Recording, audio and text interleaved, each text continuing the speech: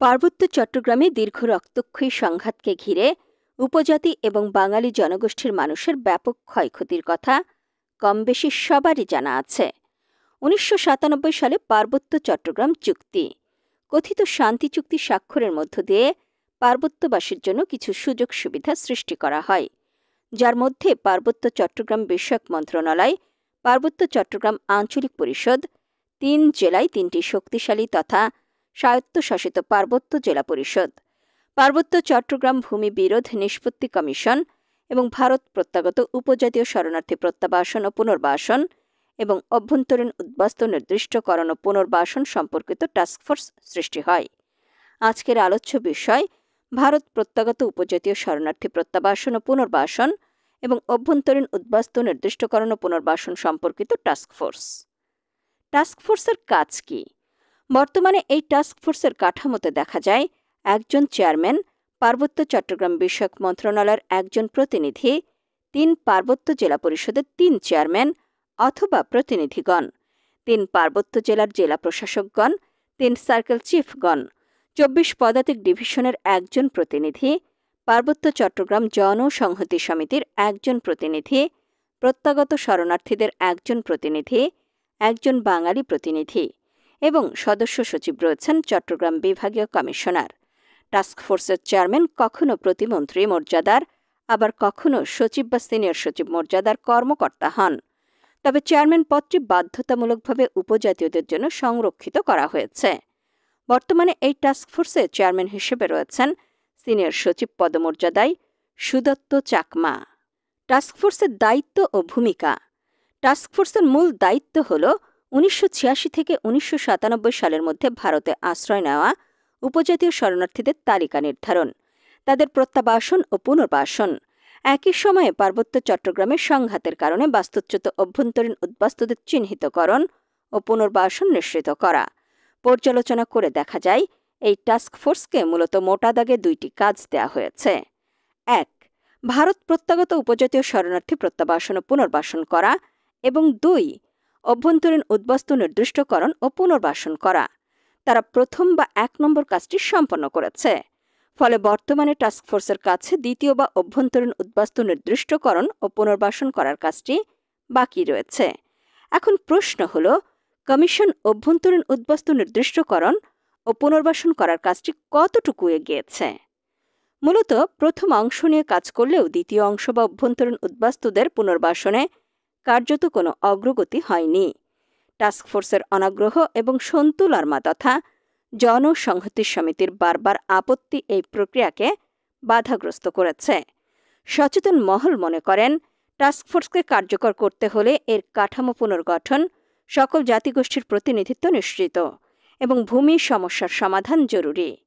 টাস্কফোর্সের কার্য বিবরণী থেকে দেখা যায়, প্রাক্তন চেয়ারম্যান যতীন্দ্রলাল ত্রিপুরার সভাপতিত্বে ২০০৯ সালের ৫ অক্টোবর টাস্কফোর্স সভা অনুষ্ঠিত হয়। সেখানে ৮৯,২৮০ উপজাতীয় অভ্যন্তরীণ উদ্বাস্তু পরিবার এবং ৫৭,৬৯২ অ-উপজাতীয় তথা বাঙালি উদ্বাস্তু পরিবারের তালিকার সংখ্যার বিষয়ে পুনর্বাসনের নিমিত্তে উপস্থাপন করা হয়। ২০১০ সালের ২৭ জানুয়ারি অনুষ্ঠিত টাস্কফোর্স সভায় জনসংহতি সমিতির প্রতিনিধি লক্ষ্মীপ্রসাদ চাকমা উক্ত বাঙালি পরিবারগুলোকে অভ্যন্তরীণ উদ্বাস্তু হিসেবে অন্তর্ভুক্ত না করার আহ্বান জানান। ২০১১ সালের ২৬ জানুয়ারির সভায়ও পুনরায় একই আহ্বান জানান লক্ষ্মীপ্রসাদ চাকমা। ২০১৩ সালের ৮ সেপ্টেম্বর অনুষ্ঠিত যতীন্দ্রলাল ত্রিপুরার চতুর্থ টাস্কফোর্স সভায় জনসংহতি সমিতির সভাপতি ও আঞ্চলিক পরিষদের চেয়ারম্যান জ্যোতিরিন্দ্র বোধিপ্রিয় লারমা ওরফে সন্তু লারমা নিজে উপস্থিত থেকে এর বিরোধিতা করেন এবং সিদ্ধান্তটি বাতিল করেন।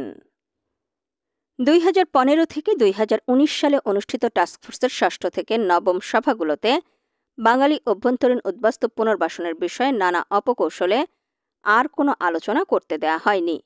তবে ২০১৯ সালে টাস্কফোর্স চেয়ারম্যান কুজেন্দ্রলাল ত্রিপুরার সভাপতিত্বে অনুষ্ঠিত টাস্কফোর্সের ১০ম সভায় বাঙালি জনগোষ্ঠীকে ৫ম সভায় বাদ দেওয়ার বিষয়টি উত্থাপন করা হলে তাদের পুনর্বাসনের বিষয় মানবিক কারণে আলাদাভাবে বিবেচনা করা যেতে পারে মর্মে সিদ্ধান্ত গৃহীত হয়।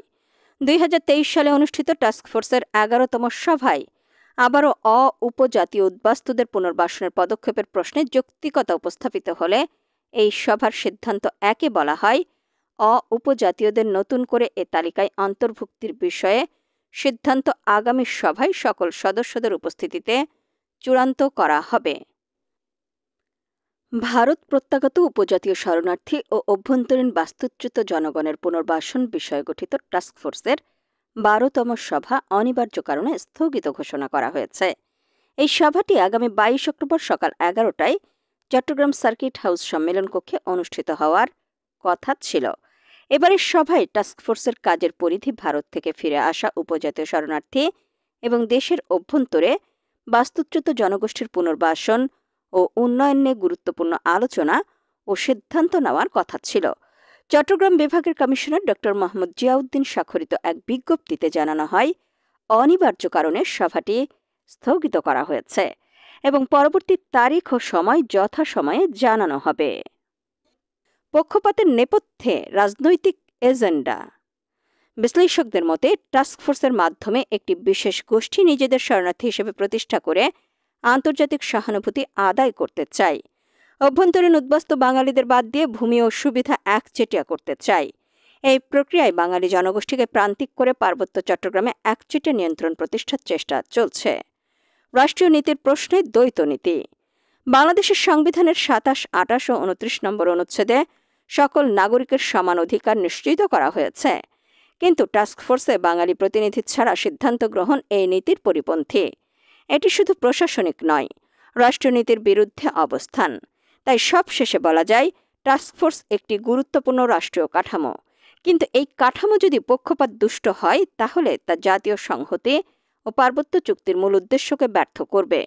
বাঙালি জনগোষ্ঠীকে বাদ দিয়ে কোনো সিদ্ধান্ত গ্রহণ রাষ্ট্রীয় অখণ্ডতা, সাংবিধানিক ন্যায় ও মানবাধিকারের পরিপন্থী হবে। এখনই সময় এই টাস্কফোর্সকে পুনর্গঠন করে ন্যায়ের ভিত্তিতে সকল জাতিগোষ্ঠীর প্রতিনিধিত্ব নিশ্চিত করা, যাতে পার্বত্য চট্টগ্রামের সাম্য, সংহতি ও শান্তি প্রতিষ্ঠা পায়।